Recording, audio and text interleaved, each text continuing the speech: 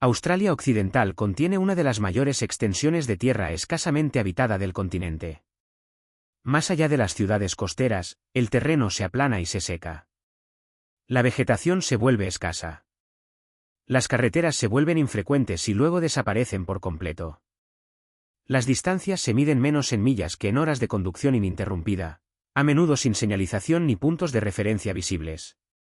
El interior está moldeado por el calor y la contención. La lluvia llega de forma irregular, a veces con meses de separación, y cuando lo hace, rara vez permanece. El suelo es poco profundo y duro. Los árboles crecen lentamente y lejos unos de otros. Existe sombra, pero debe buscarse de manera deliberada. Durante el día, las temperaturas superan regularmente los 40 grados Celsius.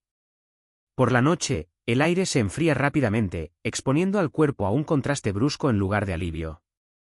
La presencia humana en esta región es limitada y funcional. Pequeñas operaciones mineras, estaciones ganaderas aisladas y caminos de servicio poco frecuentes marcan los pocos puntos de actividad. Entre ellos hay silencio. La infraestructura de comunicación es mínima. El desplazamiento por la zona depende de la preparación, el combustible y la orientación. Es un entorno que no persigue el peligro, pero tampoco suaviza sus condiciones. La supervivencia aquí no es dramática. Es metódica, condicionada e indiferente a la intención. Ricky Meghee era un australiano nacido en Gran Bretaña que vivía en los márgenes de la estabilidad a principios de la década de 2000. Para 2006, su vida era inestable. Se desplazaba con frecuencia, dependía de arreglos temporales y viajaba sin planificación a largo plazo. Como muchos que atravesaban el interior de Australia sin un propósito formal, su movimiento era informal más que organizado. No era un explorador, un topógrafo ni un profesional del aire libre. Meghee no llevaba equipo especializado de supervivencia. No tenía teléfono satelital, ni baliza de emergencia, ni una ruta cartografiada preparada para un viaje prolongado. Su experiencia con el entorno natural era ordinaria, moldeada por la familiaridad más que por el entrenamiento. Comprendía el calor, sabía cómo conservar el esfuerzo y reconocía la importancia del agua, pero carecía de las herramientas y la estructura que requiere un viaje deliberado por el desierto. En enero de 2006, Meghee viajaba por Australia Occidental con un conocido. El viaje no era recreativo. Era práctico, vagamente planificado y dependía de la cooperación entre personas más que de sistemas.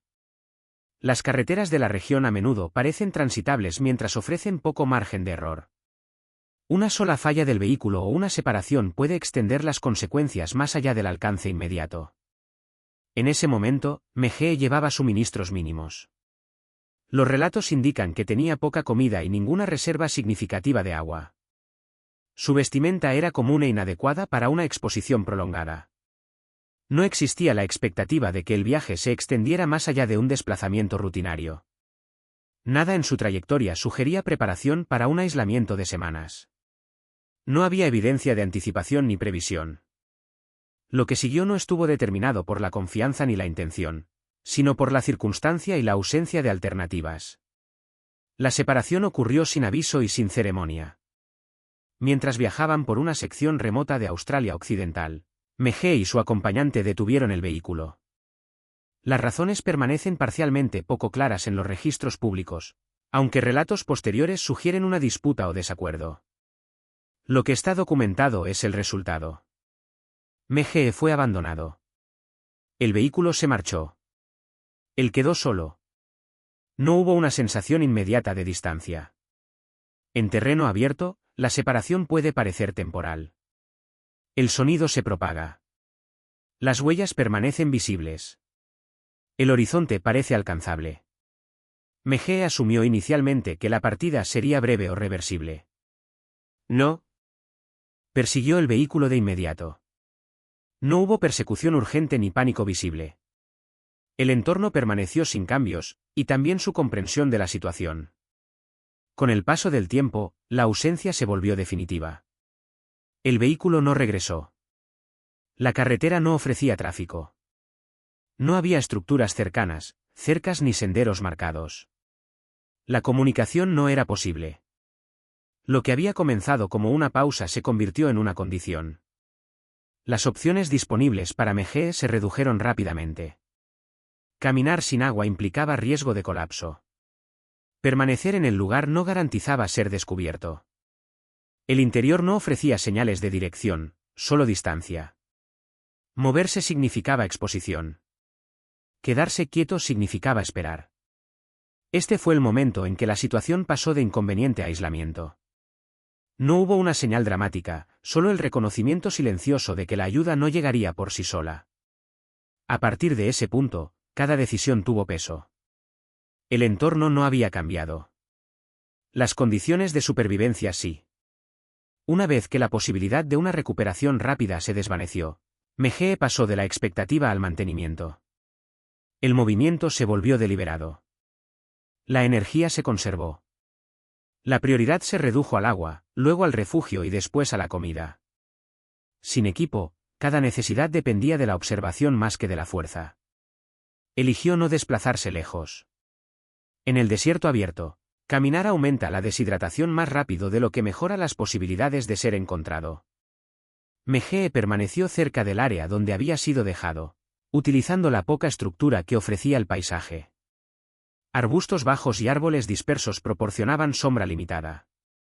Durante las horas más calurosas, permanecía inmóvil.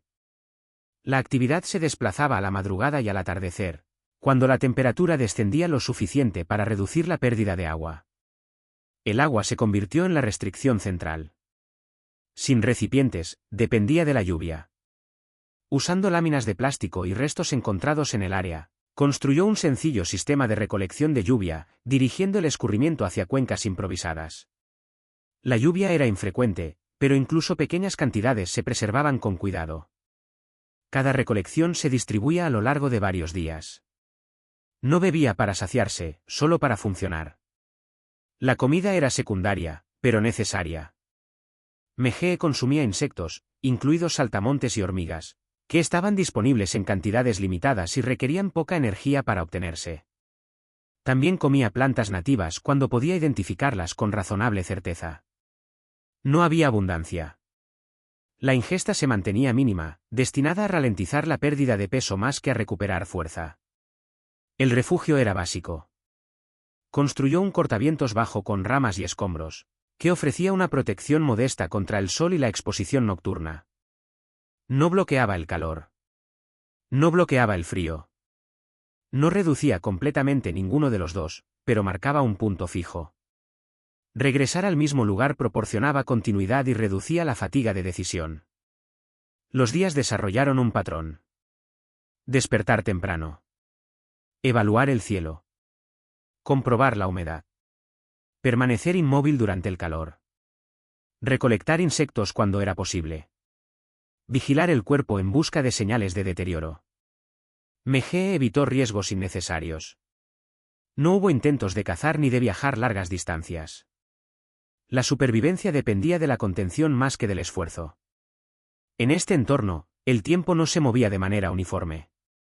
Sin reloj ni calendario, los días se medían por la luz y la temperatura. La ausencia de cambio se convirtió en un desafío en sí misma. Meghe no marcó los días. No contó semanas. Su enfoque permaneció estrecho, fijado en los requisitos inmediatos para seguir con vida. Esta fase no estuvo definida por la acción, sino por la repetición. El paisaje no ofrecía ayuda, pero permitía la persistencia. Mientras la lluvia cayera ocasionalmente y mientras permaneciera consciente y móvil, la supervivencia seguía siendo posible. No garantizada. Solo posible. A medida que pasaban los días, la ausencia de puntos de referencia externos alteró la percepción de duración de Meghe. Sin fechas ni horarios, el tiempo se comprimía y se expandía de manera impredecible. Los días individuales perdían distinción. Lo que importaba no era cuánto tiempo llevaba allí, sino si las condiciones del día permitían continuar. Su cuerpo se adaptó de manera desigual. La pérdida de peso fue gradual al principio, luego más visible. La masa muscular disminuyó. Los movimientos se ralentizaron. El hambre se volvió constante pero apagada, asentándose en el fondo en lugar de exigir atención. La sed permaneció más aguda. Cuando la lluvia no llegaba, racionaba el poco agua que tenía con un cuidado creciente. La boca y la garganta permanecían secas durante largos periodos. El habla, cuando se intentaba, se volvía difícil. El esfuerzo físico se minimizó. Meghe aprendió que acciones producían retorno y cuáles solo consumían energía. Los insectos se recolectaban cuando estaban disponibles, pero nunca se perseguían. Las plantas se comían con moderación, y solo aquellas que creía seguras. Los errores de identificación no podían corregirse. La cautela reemplazó a la curiosidad. Los patrones climáticos moldearon el comportamiento. La cobertura de nubes alteraba ligeramente la temperatura. El viento aumentaba la deshidratación. La lluvia, cuando llegaba, redefinía por completo las prioridades. La recolección tenía prioridad sobre el descanso. Incluso las lluvias pequeñas se aprovechaban al máximo, guiando el escurrimiento hacia recipientes improvisados. Se evitaban las pérdidas por evaporación o derrame. El agua nunca se asumía como reemplazable. En ausencia de conversación o movimiento, la mente se volvió hacia adentro. Los registros no indican intentos de señalar a aeronaves o tráfico distante. Había pocas oportunidades, y el esfuerzo requerido era alto. En su lugar, Meghe permaneció donde el descubrimiento era al menos teóricamente posible. Esta decisión limitó el riesgo, pero prolongó la exposición. Las infecciones y las lesiones menores se convirtieron en preocupaciones. Los rasguños sanaban lentamente. Las picaduras de insectos se acumulaban. La higiene era mínima. La piel se adaptó, pero la inflamación aumentó. El cuerpo seguía siendo funcional, pero apenas. Lo que sostuvo a Meghe durante este periodo no fue el optimismo ni la planificación, sino la constancia. Cada día seguía el mismo patrón contenido. No estableció metas más allá de lo inmediato. No había un punto final imaginado. La supervivencia existía solo en tiempo presente. A medida que el tiempo continuaba sin marcadores, la resistencia se volvió menos una cuestión de fuerza y más de negación. La negación de desperdiciar energía. La negación de entrar en pánico. La negación de abandonar una rutina que, aunque insuficiente, aún no había fallado. En las semanas finales, los efectos acumulativos de la privación se hicieron visibles. La pérdida de peso de Meghe era severa.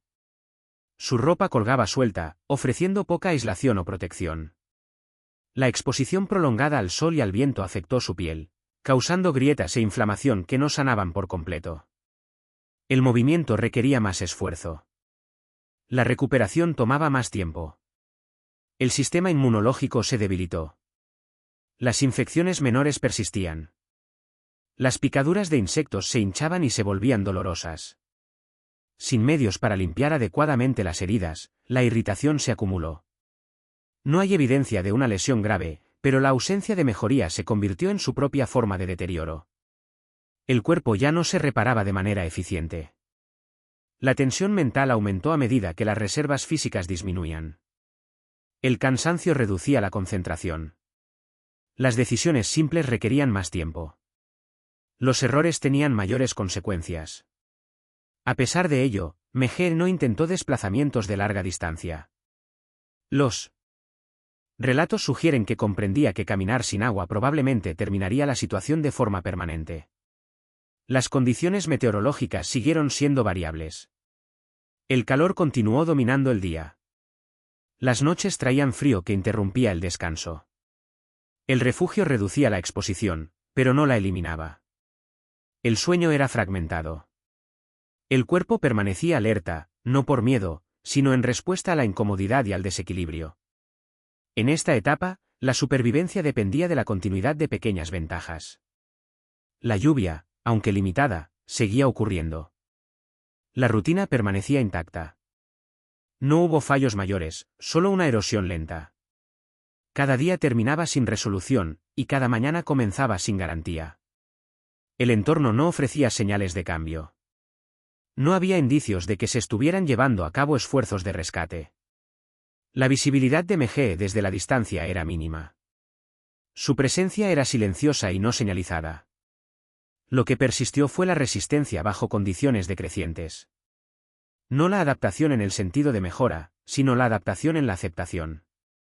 La capacidad de funcionar a un nivel reducido, de permanecer presente a pesar de la pérdida continua, definió esta fase. A finales de marzo de 2006, apareció movimiento donde antes no lo había. Dos hombres que viajaban por la región notaron señales inconsistentes con el terreno circundante. Lo que encontraron no fue un campamento en el sentido convencional, sino evidencia de una presencia humana prolongada. Cerca de allí, Meghe fue localizado en un estado debilitado. El tiempo entre su abandono y su descubrimiento se estableció posteriormente en 71 días. Cuando fue encontrado, había perdido una cantidad significativa de peso corporal. Estaba deshidratado, quemado por el sol y físicamente disminuido, pero consciente. No hubo confusión sobre su estado. La evaluación médica confirmó exposición prolongada y desnutrición. Se contactó a los servicios de emergencia. Meghe fue trasladado para recibir tratamiento, donde permaneció bajo observación. La recuperación requirió tiempo, pero no se reportó daño permanente en los órganos. Su supervivencia fue documentada sin adornos. Los métodos que describió eran consistentes con las condiciones y con las limitaciones del entorno. El hombre que lo abandonó fue posteriormente acusado en relación con el incidente. Los procedimientos legales siguieron por separado de la supervivencia en sí. El desierto no resolvió la responsabilidad. Solo impuso la consecuencia. No hubo celebración pública en el lugar del hallazgo. El entorno permaneció sin cambios. La supervivencia fue notable no por la resistencia frente a una amenaza dramática, sino por la prolongación silenciosa de la vida bajo condiciones mínimas.